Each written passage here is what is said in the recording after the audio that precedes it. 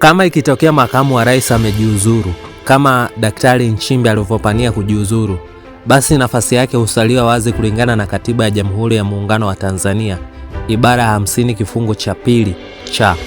Hivyo basi, rais aliye madarakani hutakiwa kumteua makamu mwingine ndani ya siku 14 kwa mujibu wa ibara ya 50 kifungu cha 4. Kisha uteuzi huo udhibitishwa na bunge kwa kura ya wabunge walio wengi, na baada ya kudhibitishwa, makamu mpya wa rais huanza rasmi majukumu yake baada ya kuapishwa kwa mujibu wa ibara ya 48 kifungu cha pili.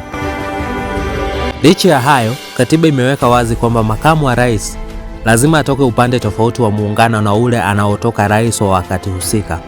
Kwa kuwa Rais Samia anatokea visiwani Zanzibar, basi atakayeteuliwa anapaswa kutokea Tanzania bara.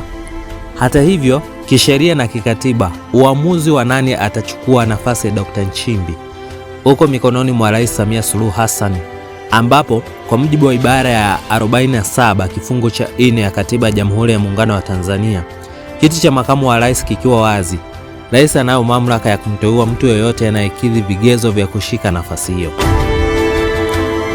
Kulingana na wewe, unadhani ni nani anastahili cheo hiki? Mimi naitwa Babu Steven na hii ni Mswahili Media.